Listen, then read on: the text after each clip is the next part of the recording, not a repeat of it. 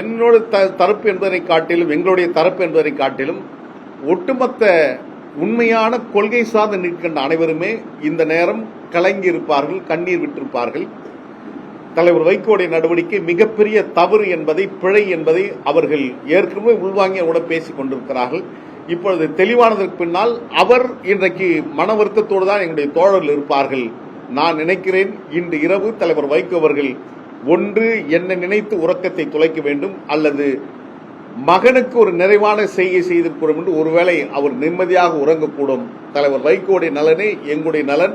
அவர் நீண்டு நெடிய வாழ வேண்டும், இன்னும் பல நூற்றாண்டுகளை கடந்து அவர் வாழ வேண்டும் என்ற விருப்பத்தை நாங்கள் பதிவு செய்கிறோம். 1000 இருந்தாலும் எனக்கு முகவரி கொடுத்தவர் அவர்தான். அரசியலில் எங்களுடைய நெடிய பயணத்தில் அவர்தான் பக்கபலமாக இருந்திருக்கிறார். மகன் துரை வருவதற்கு முன்பாக இருந்த அந்த தலைவர் இப்பொழுது இல்லை. எனவேதான் என் கையில் இருந்த மோந்திரத்தை நான் கட்டல, என் தலைவருடைய படத்தை நான் அகற்றவில்லை.